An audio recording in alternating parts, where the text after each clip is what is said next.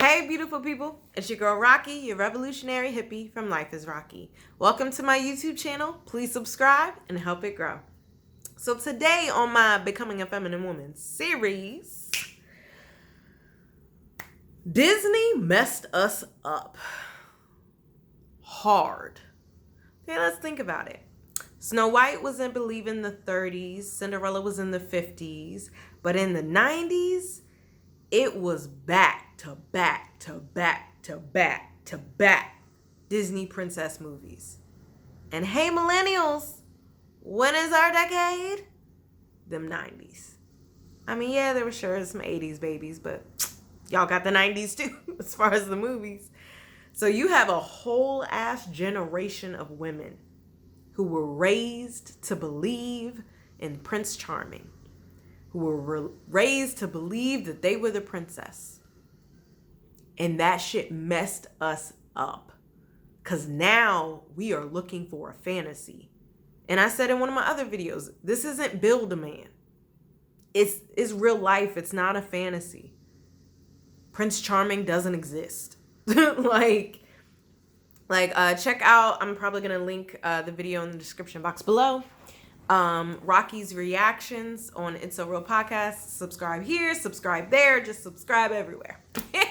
But it was a review of 50 Shades of Grey, and it was talking about the fantasy man, and like the way he broke it down, I was like, yo, we are really fucked up. Like really, like hard.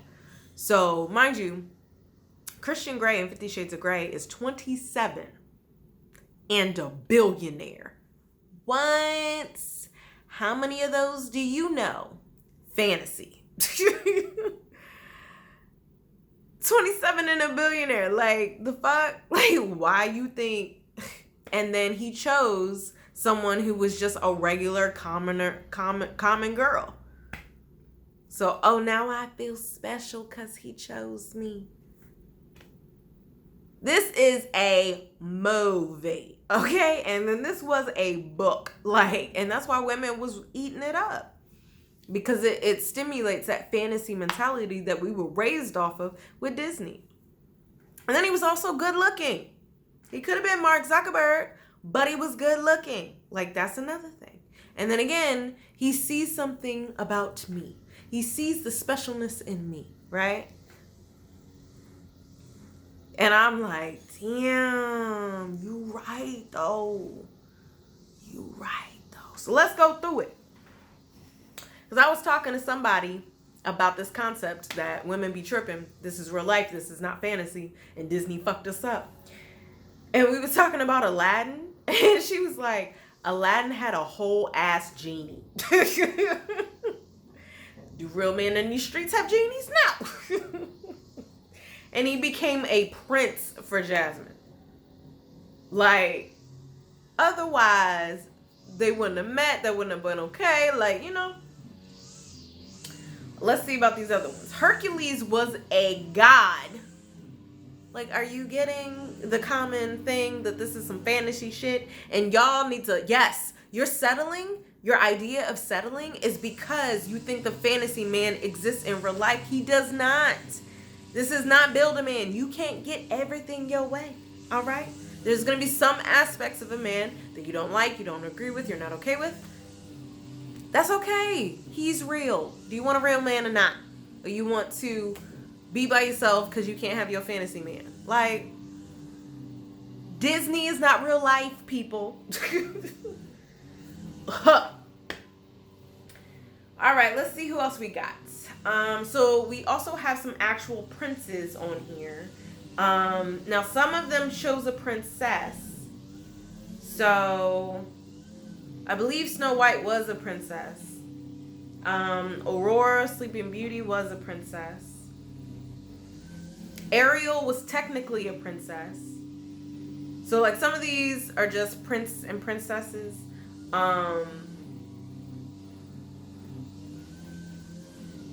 And I would go deeper into those. Like, Ariel had to give up her whole family for him, which was ridiculous. I mean, she ain't have to. Her dad was tripping.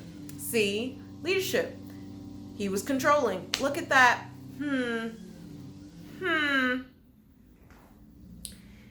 Oh, check out my other video where I was talking about leadership, and I was saying how I have issues with authority because of my dad, because he was controlling. And my life partner has an entirely different leadership style. So not being defensive against him because he's not my dad. I was like, oh, that confirmed a point I made earlier, but that was not on this video. All right, let's see who else. Yeah. Then there was the commoners. So Cinderella, he took a whole ass chambermaid and made her a princess. He sees me. Belle, although Belle did offer a lot as far as intellect in a town full of women who weren't. You know, you want your kids to be smart, and if the person who's the first teacher, which is their mother, around the kids isn't smart, well, I'm just saying. And I don't use smart as a definitive term. I use it as those capable of learning, but also eager and striving to learn.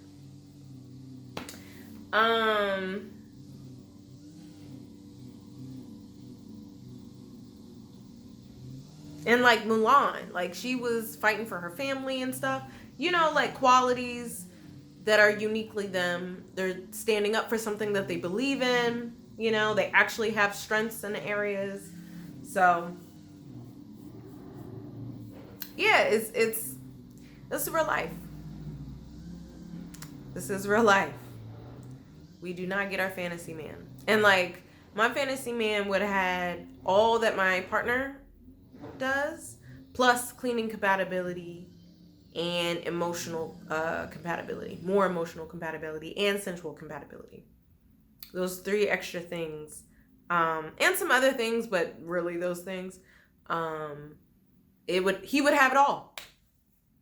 And like last year, I really went through the process of like, yeah, because I'm recognizing these incompatibilities, like, what am I going to do? Am I going to choose to be with him, or am I gonna not? And why I stayed during I was making that decision was because I committed to him. I committed to life partnership with him, and I took that commitment seriously.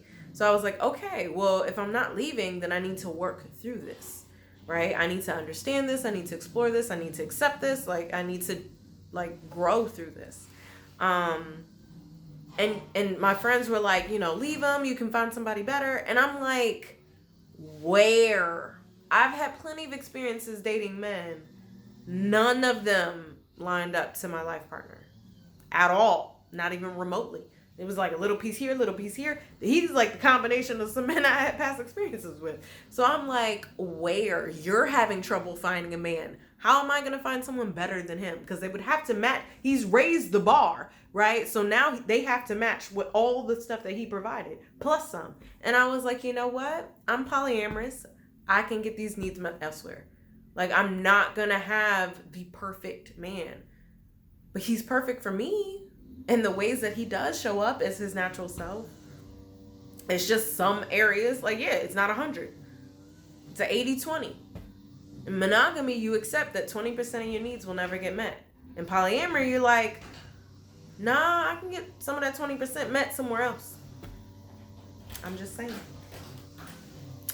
But my roommate's coming home, so I'm going to end this today. But remember, your fantasy man does not exist. And your idea of settling is the fact that you don't get your fantasy man. Well, welcome to real life. You have a decision to make. Okay. Please subscribe. Take care of you. Peace and love.